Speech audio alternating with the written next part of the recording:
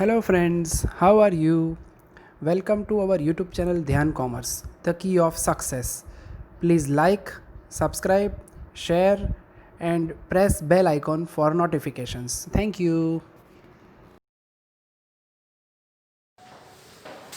जय माता जी god dear student, welcome to online lecture of Dhyan commerce. Dhyan commerce का ऑनलाइन लेक्चर में आप सबका स्वागत है।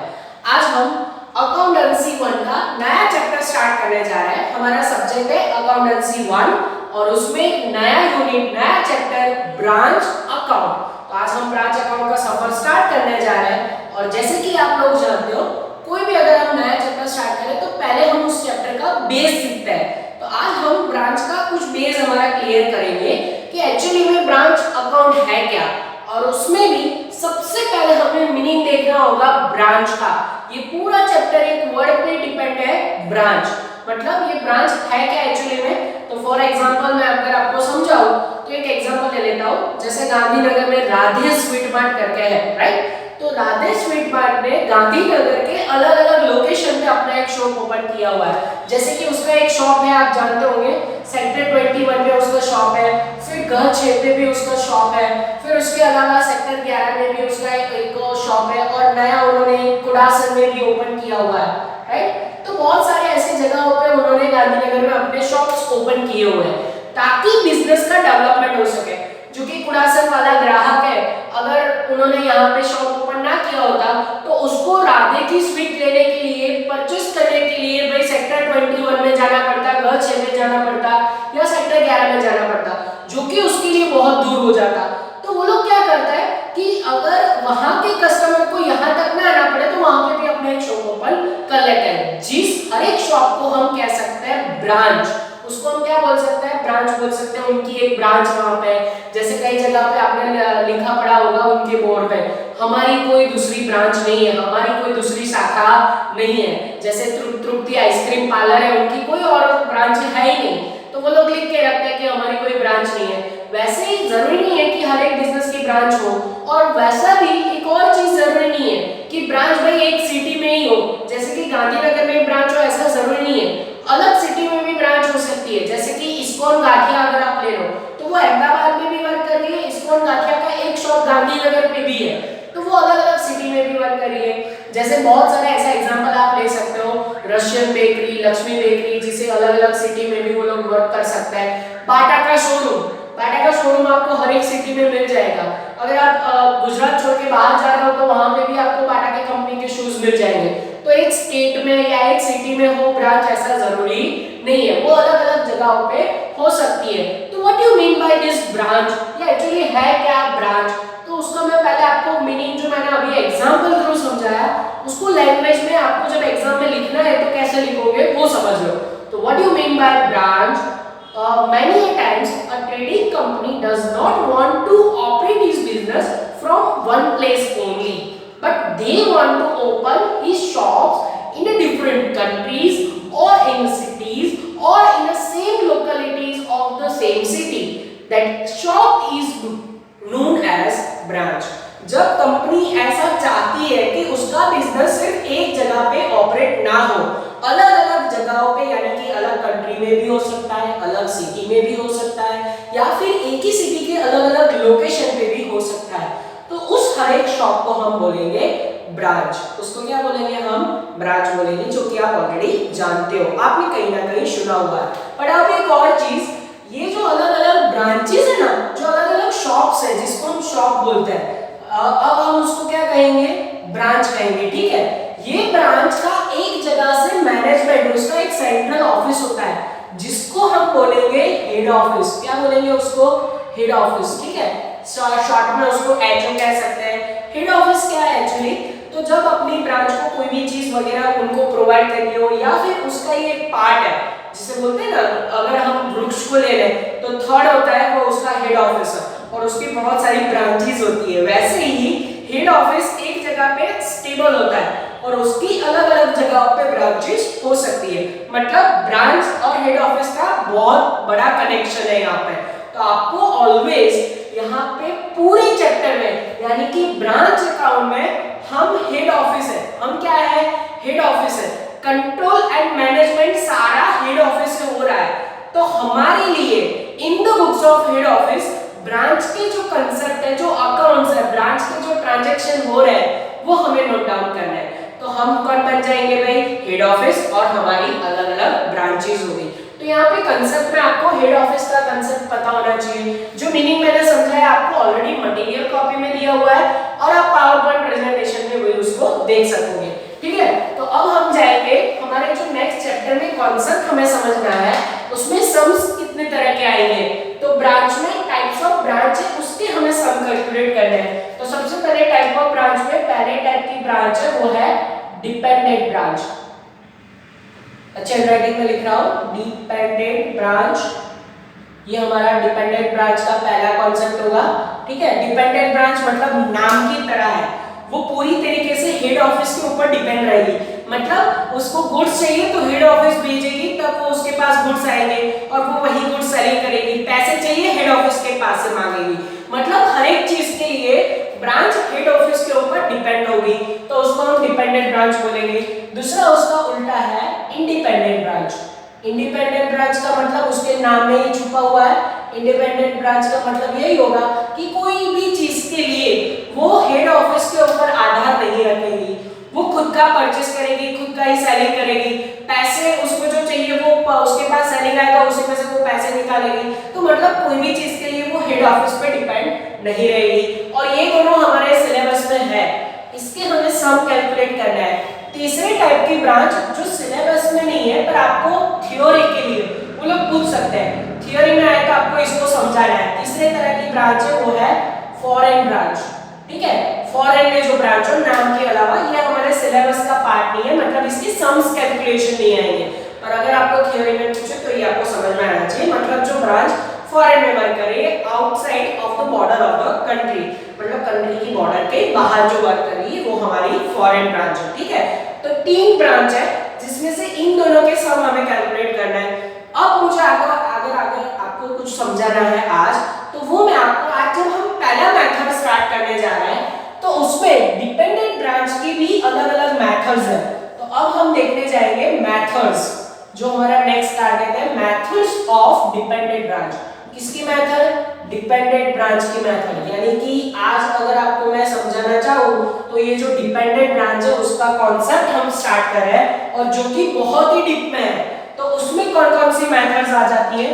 तो उसमें बहुत सारी मेथड्स है, जिसमें से पहली मेथड है डेटा मेथड। फिर अगर दूसरे मेथड की बात करूं तो उसमें आ जाता है stock and data method, stock and data method. ठीक है, और फाइनल अकाउंट्स वगैरह जैसे भी मेथड है उसमें सिर्फ लिखने के लिए लिख देता हूँ, बाकी ये इतने सारे हमें मेथड्स यहाँ पे कवर नहीं करना है। अगर मैं एग्जाम पॉइंट ऑफ व्यू देखूं तो ज्यादातर आपको ये डेटर या स्टॉक डेटा मेथड में से ही आपको काम करना है। तो ये डिपेंडेंट ब्रांच के तीन अलग अलग मेथड्स हैं। जैसे ब्रांच के तीन टाइप्स है, वैसे डिपेंडेंट ब्रांच के तीन तरीके की मेथड। और उसमें भी जब हमें सम कैलकुलेशन आएगा तो उसमें हमारा तीन पार्ट में इसका डिवाइड होगा। ये जो डिपेंडेंट ब्रांच है उसको तीन पार्ट में हमें अलग अलग तरीके से डिवाइड करना है। सम्स की तीन तरीके की पैटर्न डिपेंडेंट ब्रांच में, और वो कौन सी तरीके की पैटर्न होगी? व्हेन ब्रांच, ऐसे लिख रहा हूं, व्हेन ब्रांच, देखते जाना, when branch selling goods on cash only. जब ब्रांच सिर्फ कैश में सेल कर रही हो, मतलब वो किसी को उधार माल नहीं दे रही है, सिर्फ कैश में ही सारे ट्रांजैक्शन कर रही है।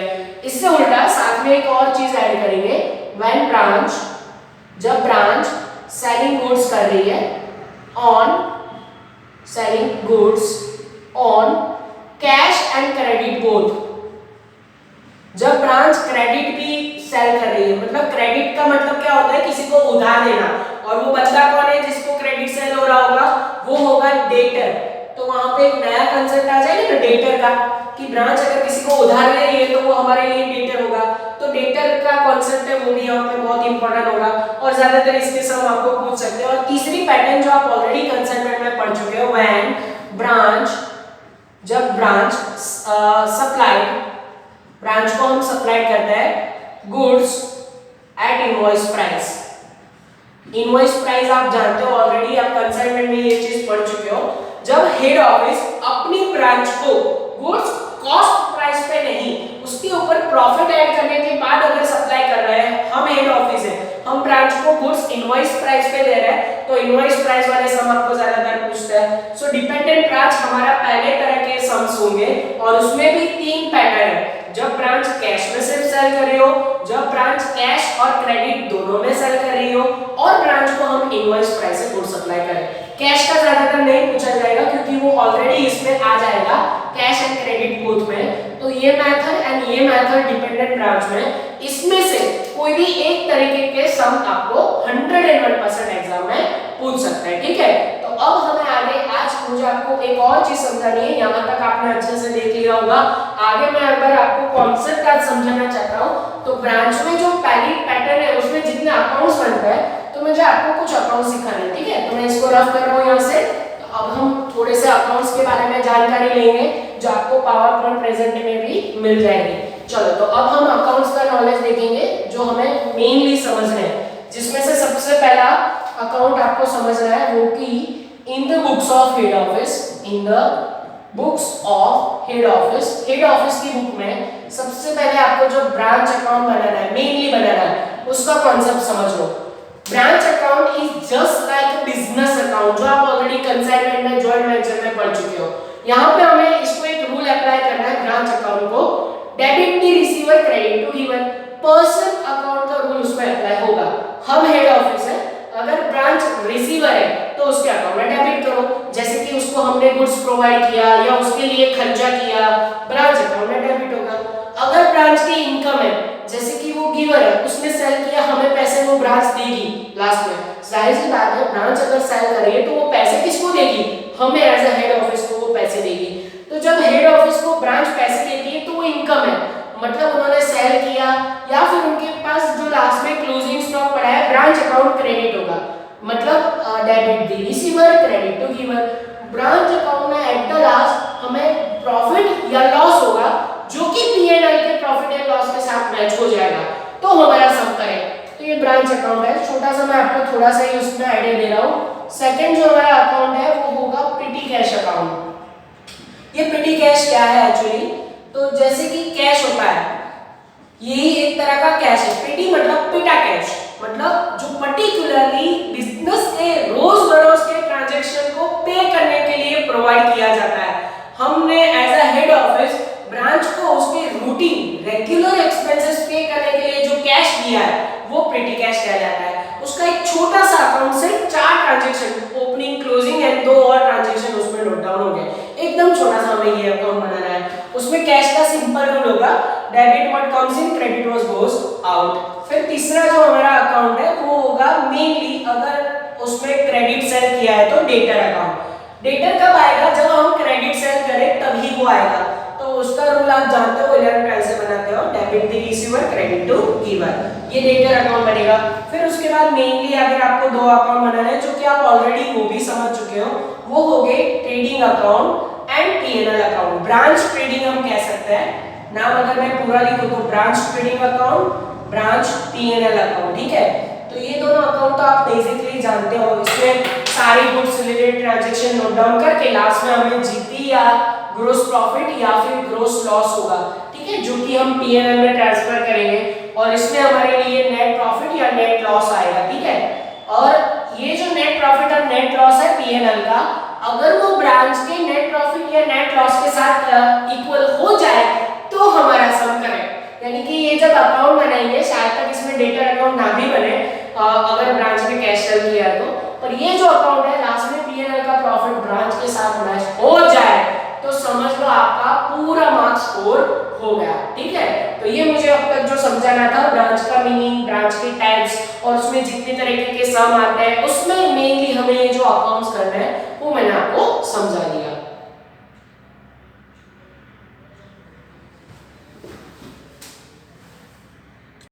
जय माता जी all dear student, welcome to online lecture of Dhyan commerce FY BCom semester 1, जिसमें आज हम एक बार फिर से अकाउंटेंसी 1 सब्जेक्ट पढ़ने जा रहे हैं। FY BCom में ये जो अकाउंटेंसी है उसमें 4 यूनिट है, उसमें से एक और चैप्टर जो कि प्रैक्टिकल है जिसका नाम है ब्रांच अकाउंट्स। ब्रांच अकाउंट्स आज से हम स्टार्ट कर रहे हैं और ये आपके लिए बहुत ही अच्छा टॉपिक साबित होगा। कंसाइनमेंट और जॉइंट वेंचर के अलावा ब्रांच अकाउंट तीसरा ऐसा चैप्टर है जो प्रैक्टिकल है, राइट। ये 4 चैप्टर में से 3 प्रैक्टिकल है, एक कंप्यूटराइज अकाउंट थ्योरी है। तो now we are started accountancy 1 subject का ब्रांच अकाउंट्स। चलिए सबसे पहले शुरुआत कहाँ से करेंगे, तो सबसे पहले जो हमारे चैप्टर का नाम है वही ब्रांच अकाउंट्स। तो ब्रांच का मीनिंग क्या होता है वहीं से शुरुआत करेंगे। तो सबसे पहले हम देखने जा रहे हैं meaning of branch.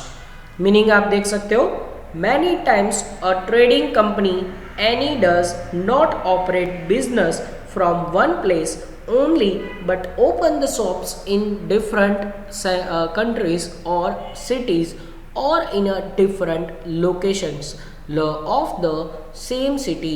This shop is known as branches.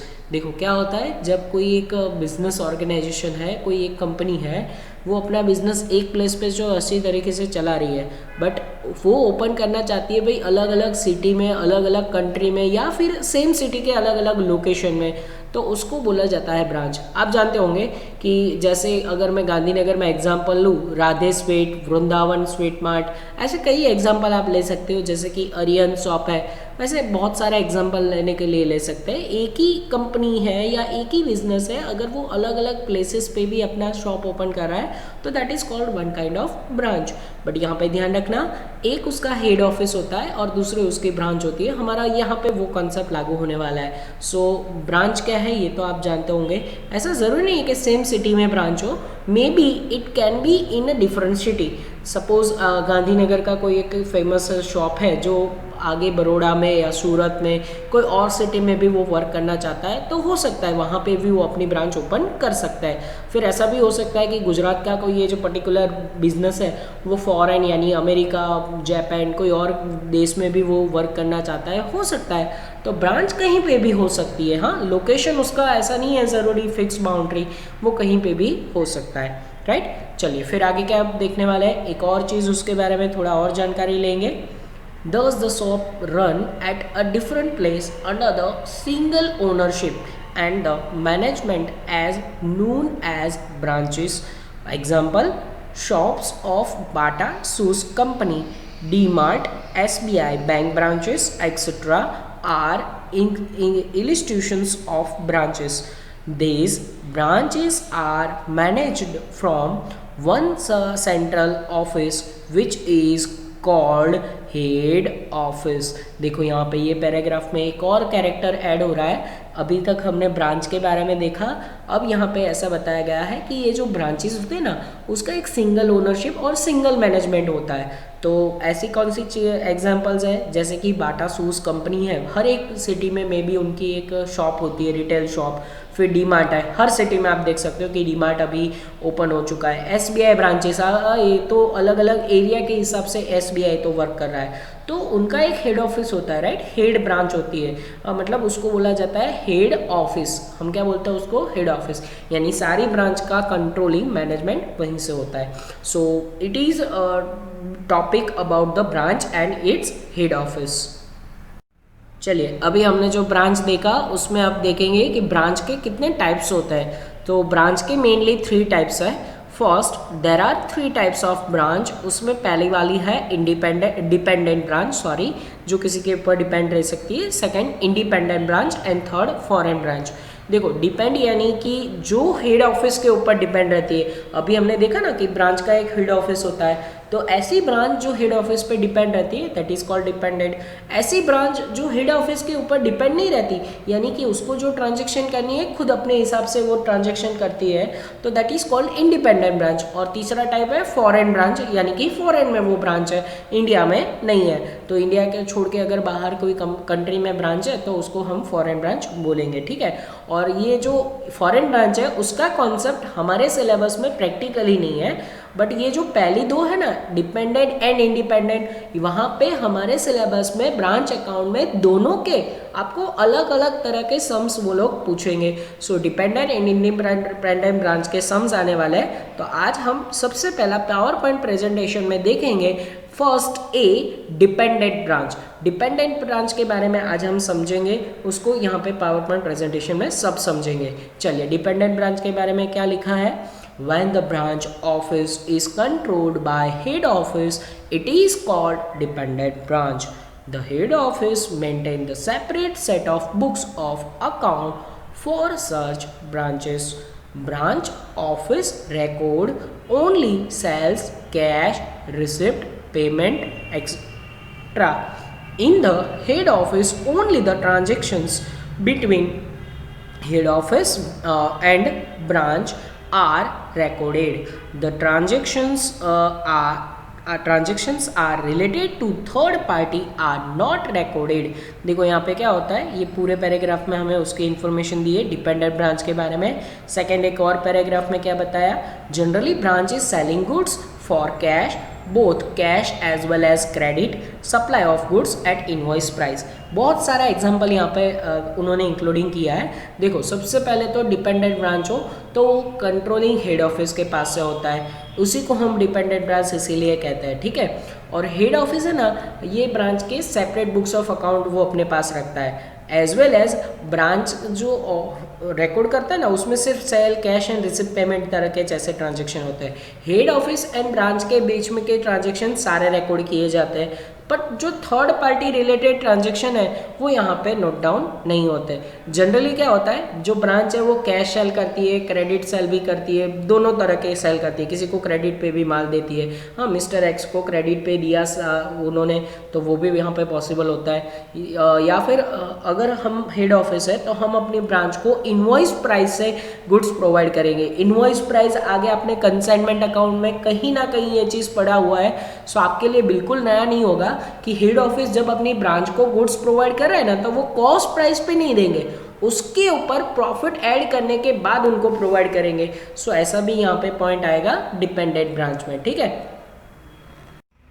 चलिए अब हम बात करेंगे मीनिंग समझने के बाद, भाई कितने तरह के अकाउंट्स हमें प्रिपेयर करना है. मैथड फॉर डिपेंडेंट ब्रांचेस, यहाँ पे कितनी मेथड है डिपेंडेंट ब्रांच के लिए.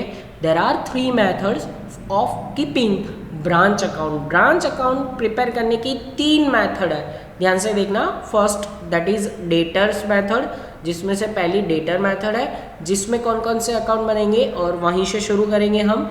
Ledger accounts in the books of head office branch account. देखो फिर second petty cash account, third one debtor account, fourth stock account, fifth trading account and 6 profit and loss account. देखो जो पहली वाली method है dependent branch में, उसमें debtor method हम यूज़ कर रहे हैं अगर, तो उसमें 6 अकाउंट बनाना है. सबसे पहला ledger account in the books of head office branch account. देखो हेड ऑफिस की बुक में सबसे पहले ब्रांच अकाउंट प्रिपेयर होता है. पिटी कैश, पिटी कैश का मतलब क्या होता है, जो डेली ट्रांजेक्शन रोज़ बरोज के जो छोटे मोटे खर्चे होते हैं ना, किसी को वेजेस देना, सब्जी वगैरह का कुछ पैसे देना, मतलब आप रूटीन वो पैसे खर्च करते हो, तो ऐसे खर्च के लिए जो आपको पैसे दिए जाते हैं ना, that is called petty cash. मतलब वो रूटीन एक्सपेंसेस के लिए है, तो उसका अकाउंट एक बनता है, छोटा सा अकाउंट बनेगा. फिर आएगा डेटर अकाउंट, अगर किसी को क्रेडिट दे रहे हो तो डेटर का अकाउंट बनेगा. देन स्टॉक अकाउंट भी मेंटेन होगा. एंड देन उसके बाद आप रेगुलरली 2 अकाउंट, ट्रेडिंग अकाउंट जो आपको ग्रोस प्रॉफिट या ग्रोस लॉस देगा, एंड पीएनएल अकाउंट जो आपको नेट प्रॉफिट या नेट लॉस प्रोवाइड करेगा, ठीक है. तो इतने अकाउंट्स उसमें मेंटेन होते हैं. चलिए फिर उसके बाद एक और चीज़ आपको ध्यान में रखनी है, all accounts format given in material copy page number 6. अगर आप ब्रांच अकाउंट ओपन करोगे हमारी मटेरियल कॉपी में ध्यान कॉमर्स की, तो उसमें पेज नंबर 6 में ये 6 अकाउंट का पूरा फॉर्मेट वहाँ पे अवेलेबल है. चलिए तो उसमें से सबसे पहला अकाउंट हम जो देखने जा रहे हैं वो ledger account in the books of head office. Head office की बुक में ब्रांच अकाउंट, ये हमारा चैप्टर का हाईलाइट अकाउंट है. ये अकाउंट आपने आगे जैसे कंसाइनमेंट अकाउंट आपने सीखा हुआ है, जॉइंट वेंचर अकाउंट आपने जॉइंट वेंचर में सीखा हुआ है, वैसे ही हेड ऑफिस की बुक में ब्रांच अकाउंट आपको सीखना है. तो उसके लिए मैं आपको रूल भी बता देता हूँ. जो हमारा अकाउंट है वो नॉर्मली डेबिट और क्रेडिट ऐसे होगा, पर्टिकुलर अमाउंट जैसे कि आप देख सकते हो. सो ये जो डेबिट और क्रेडिट साइड है, सेम आपके लिए रूल्स मैं आपको बता दूँ. अगर कोई भी चीज़ ब्रांच में आ रही है, ब्रांच से रिलेटेड खर्चे हो, तो ब्रांच अकाउंट डेबिट होगा. बिजनेस की कोई भी इनकम हो या ब्रांच अकाउंट में से कोई भी चीज़ जा रही हो तो ब्रांच अकाउंट में आपको क्रेडिट करना है। Debit what comes in, credit what goes out. तो आपको ये चीज़ ध्यान में रखना है। Expenses must be debit, income must be credit. खर्चों को आप उधार करोगे और अगर इनकम है, कोई आवक है, तो उसको जमा करोगे। ठीक है, तो ये ब्रांच का अकाउंट का मेन रूल आप समझ रहे हो। फिर उसके बाद हम बारी बारी डेबिट और क्रेडिट साइड देख लेते हैं। सबसे पहले अगर हम डेबिट साइड देखें तो ओपनिंग वहाँ से शुरू होगा, टू बैलेंस ब्रॉट डाउन। जो भी हम ब्रांच के पास ओपनिंग हमारी असेट है वो सभी असेट का ओपनिंग बैलेंस, जैसे कि stock, petty cash, furniture, debtor, cash, prepaid expenses, कोई भी असेट हो तो असेट का ऑलवेज डेबिट बैलेंस होता है। तो ये सारी असेट अगर हो तो ब्रांच अकाउंट में डेबिट साइड सबसे पहले उसकी एंट्री कर दो। जो जो ओपनिंग बैलेंस है, ऐसा जरूर नहीं कि सभी ओपनिंग बैलेंस हो, जो है उसकी वहाँ पे इफेक्ट देनी है। सेकंड हम उसमें क्या करेंगे, तो दूसरा डेबिट होगा to goods send to branch. अगर ब्रांच को हम हेड ऑफिस है, ऐसा मान लो कि आप हेड ऑफिस हो, आपने ब्रांच को गुड्स दिया तो ब्रांच में गुड्स जाएगा, यानी branch account debit side to goods and to branch. हम हेड ऑफिस है, हमने ब्रांच को गुड्स दिया तो ब्रांच अकाउंट में डेबिट साइड उसकी एंट्री होगी। थर्ड एंट्री उसमें आएगी टू कैश और बैंक अकाउंट। ब्रांच का अगर कोई खर्चा उसने पेड किया हो, expenses paid by head office और एंड प्रिटी कैश एंड, अगर हमने ब्रांच के लिए कोई खर्चा किया हो तो खर्चे की एंट्री क्या होगी, branch account debit to cash account. हम हेड ऑफिस है, हमारे पास से कैश गया और ब्रांच का खर्चा है, इसीलिए branch account debit side to cash और बैंक अकाउंट। फिर उसके बाद एक और चीज़ वहाँ पे मेंशन कर लेते हैं, debit side to the general P&L account profit. अगर देखो लास्ट में ब्रांच अकाउंट बंद करने से हमें कोई फ़ायदा होगा तो वहाँ पे प्रॉफिट डेबिट साइड अराइजेस होगा। पर अभी ये अकाउंट पूरा नहीं हुआ क्योंकि यहाँ पे एक स्लाइड में जगह नहीं बचेगी, तो नेक्स्ट स्लाइड में हम डेबिट साइड में और भी चीज़ देखेंगे। फिलहाल के लिए ब्रांच अकाउंट क्रेडिट साइड क्या क्या इन्फॉर्मेशन आएगी, तो क्रेडिट साइड आएगा by balance brought down liability. देखो जैसे असेट का ओपनिंग बैलेंस होता है तो वैसे अगर कोई लायबिलिटी है तो उसका क्रेडिट बैलेंस होगा, यानी कि branch account credit side by balance brought down. Brought down का मतलब होता है शुरुआत का बैलेंस। ठीक है, अगर लायबिलिटी का शुरुआत का बैलेंस है तो क्रेडिट साइड, असेट का है तो डेबिट साइड। चलिए और भी क्या चीज़ उसमें आएगी, by cash and bank account. अगर ब्रांच ने कोई कैश सेल किया है तो उसके लिए इनकम है, सो इनकम वहाँ पे by cash and bank account करके कैश सेल है, बैक डेब रिटर्न है, कैश रिसीव फ्रॉम डेटर है और डायरेक्ट रिसीव्ड है। अगर कोई ऐसी इनकम हुई है तो ब्रांच अकाउंट कौन सी साइड जाएगा, क्रेडिट साइड। ठीक है, तो ये तो सीधी सी बात है, ब्रांच की इनकम क्रेडिट साइड लिखी जाएगी। नेक्स्ट क्रेडिट साइड और भी क्या आएगा, by goods return by branch. अगर हमने ब्रांच को दिए तो ब्रांच में डेबिट हुआ, जब ब्रांच हमें रिटर्न कर रही है तो वो ब्रांच अकाउंट क्रेडिट साइड आएगा। हम हेड ऑफिस है, हमारे पास गुड्स वापस आएगा और ब्रांच हमें गुड्स लौटा रहा है, क्रेडिट टू गिवर। तो ब्रांच अकाउंट क्रेडिट साइड देखो, गुड्स रिटर्न बाय ब्रांच। हमने दिया तो डेबिट, अगर ब्रांच ने लौटाया हमें, हम हेड ऑफिस है तो क्रेडिट साइड आएगा। चलिए फिर उसके बाद क्रेडिट साइड एक और चीज़ जहाँ पे जनरल P&L अकाउंट वहाँ पे मेंशन करना है। ठीक है, तो अगर कोई P&L लॉस है तो लॉस आएगा ब्रांच अकाउंट क्रेडिट साइड। चलिए जैसा कि मैं आपको बता रहा था, ये ब्रांच अकाउंट जो है उसमें अभी कंटेंट पूरा नहीं हुआ।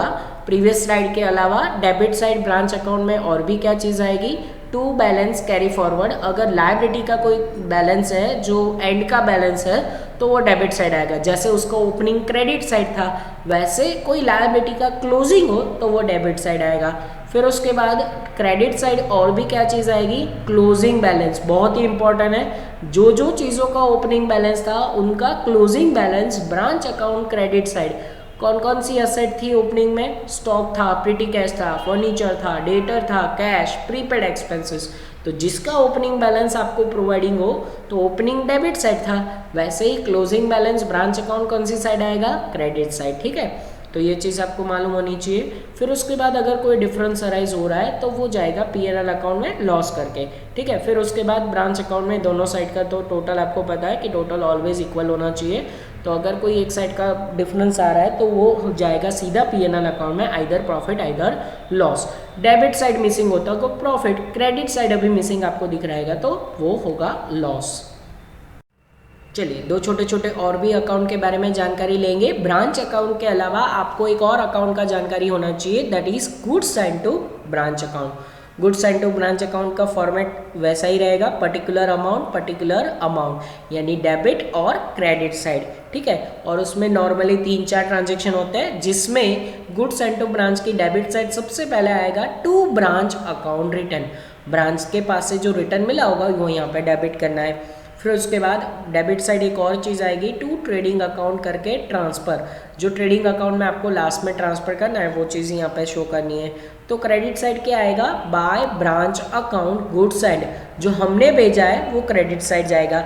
यानी ये branch account goods and to branch account head office की बुक में ही सारे बनते हैं ना, तो आप हेड ऑफिस बन के सोचोगे, आपने जब ब्रांच को दिया तो हमारे पास से गुड्स जा रहा है, ब्रांच ने हमें रिटर्न किया तो हमारे पास गुड्स आ रहा है, उसी का ये पूरा एंट्री है, ठीक है। तो हमारे पास से अगर गुड्स जा रहा है तो क्रेडिट करना है, हमारे पास गुड्स रिटर्न आ रहा है तो यहाँ पे डेबिट करना है। Debit what comes in, credit what goes out.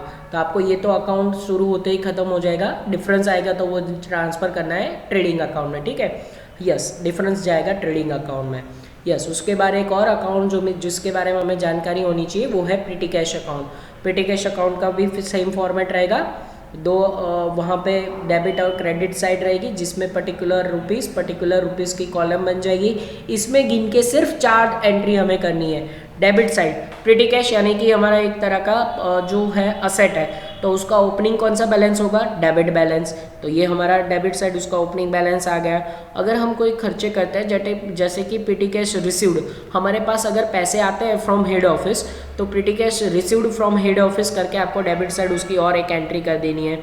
फिर जब आप पेटी कैश एक्सपेंसेस करते हो तो वो क्रेडिट साइड उसका क्लोजिंग बैलेंस भी आता है, जैसे ओपनिंग डेबिट था वैसे क्लोजिंग बैलेंस, और फिर उसके बाद अगर कोई डिफरेंस बनता है तो दैट इज़ कॉल्ड पेटी कैश एक्सपेंसेस। अगर आप खर्चा करते हो तो कैश जाएगा। पेटी कैश के लिए सिंपल सा रूल है, debit what comes in, credit what goes out. अगर कैश आ रहा है तो डेबिट करो, जा रहा है तो क्रेडिट करो, ठीक है। आए तो डेबिट, जाए तो क्रेडिट। तो उसके हमारा ये छोटा सा जो अकाउंट है उसका भी आपको कैरी फॉरवर्ड बैलेंस दोनों साइड का मिल जाएगा। चलिए वन लास्ट एक और अकाउंट के बारे में हमें जानकारी होनी चाहिए, जो कि है branch debtor account. Branch debtor account same, फिर से एक बार उसमें 4 कॉलम्स हमारी प्रिपेयर होगी, पर्टिकुलर रुपीज़। डेबिट और क्रेडिट साइड आपका ये ब्रांच डेटर अकाउंट भी बनेगा। ये नॉर्मल आप डेटर अकाउंट है जो 11-12 से आप बनाते आए हो। डेटर अकाउंट का शुरुआत का ओपनिंग बैलेंस उसके अकाउंट में डेबिट साइड आएगा। फिर डेटर अकाउंट में और क्या आएगा, टू बिल्स रिसीवेबल। अगर बिल्स रिसीवेबल डिसऑनर्ड हुई है, सॉरी, अगर बी आर डिसऑनर्ड का मतलब होता है नकराऊ। अगर वो हमने डिस्काउंटिंग करवाया था और वो डिसऑनर्ड हुआ है तो डेटर अकाउंट डेबिट साइड उसकी एंट्री होगी। फिर उसके बाद क्रेडिट साइड और क्या आएगा, बाय कैश रिसीव्ड। अगर हमें डेटर पैसे दे रहा है तो उसके अकाउंट में क्रेडिट करना है। डेटर के लिए सिंपल, आपको क्या रूल याद रखना है, debit the receiver, credit to giver. अगर डेटर रिसीवर है तो डेबिट करो, अगर गिवर है तो क्रेडिट करो। फिर उसके बाद क्रेडिट साइड और क्या आएगा, बैड डेब। अगर हम बैड डेब गिनते हैं तो डेटर अकाउंट में डेबिट साइड क्रेडिट साइड आएगा उसकी एंट्री। और फिर उसके बाद डिस्काउंट अलाउड, अगर हमने डेटर को डिस्काउंट अलाउड किया तो भी वो उसके अकाउंट में क्रेडिट आएगा। इन दोनों की क्रॉस एंट्री पीएनएल डेबिट होती है, तो पीएनएल डेबिट, डेटर क्रेडिट, ऐसा वहाँ पे डेबिट और क्रेडिट एंट्री होता है। चलिए उसके बाद डेटर में क्रेडिट साइड और क्या आएगा, सेल्स रिटर्न। अगर डेटर हमें सेल्स रिटर्न कर रहा है तो उसके अकाउंट में क्रेडिट कर देना है। फिर उसके बाद एक और चीज़ जो होगी, बिल्स रिसीवेबल। अगर बिल बीआर वो एक्सेप्ट करता है तो हमारे पास बीआर आएगी, BR account debit to debtor account, इसीलिए डेटर अकाउंट में क्रेडिट साइड। और फिर उसके बाद डेटर का क्लोजिंग बैलेंस हो तो वो भी क्रेडिट साइड आएगा। फिर उसके बाद एट द लास्ट अगर कोई बैलेंस मिसिंग है तो वो आएगा क्रेडिट सेल, जिसके लिए डेटर अकाउंट में बहुत ही हमें मेहनत करनी पड़ती है।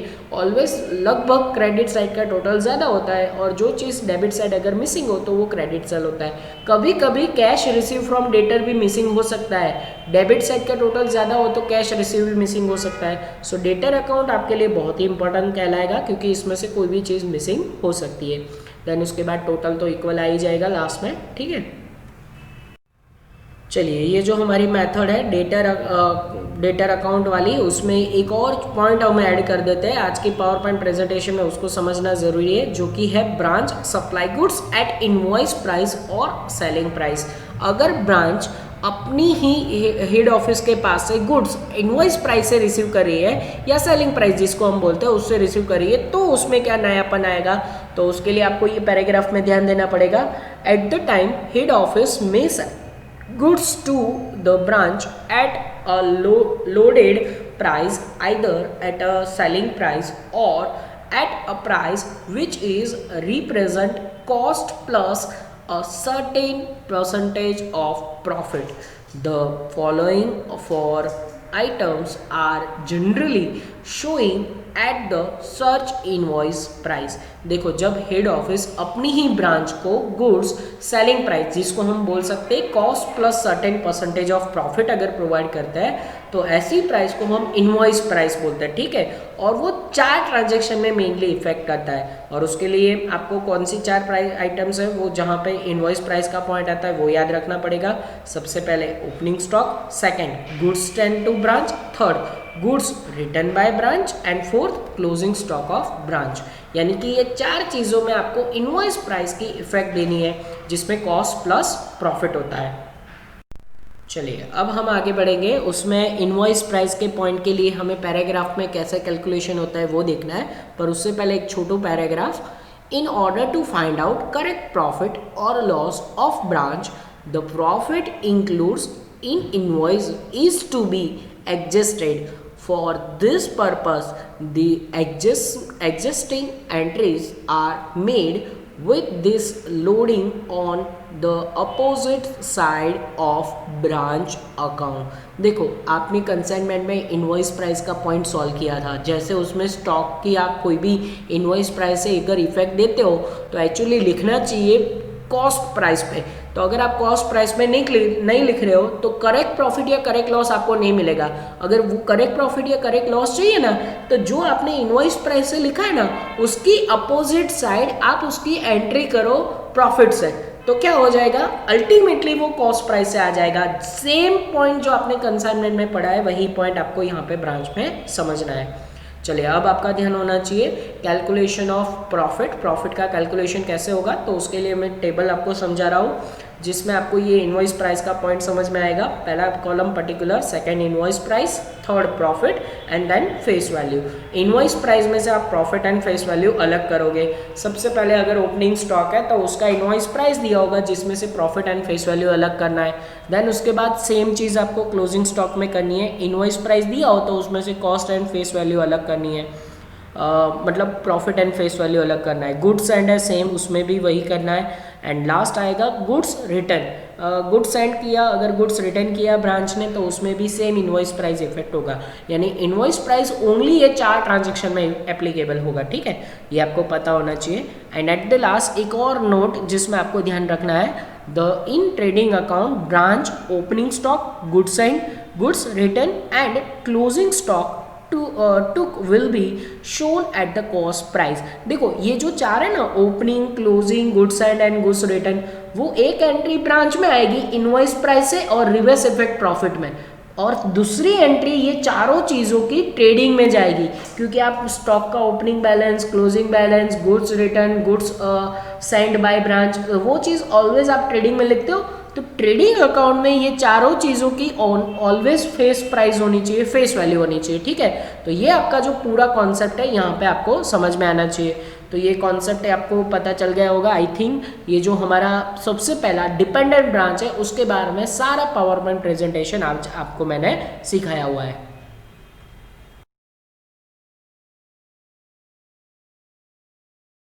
Please like, subscribe, share and press bell icon for notifications.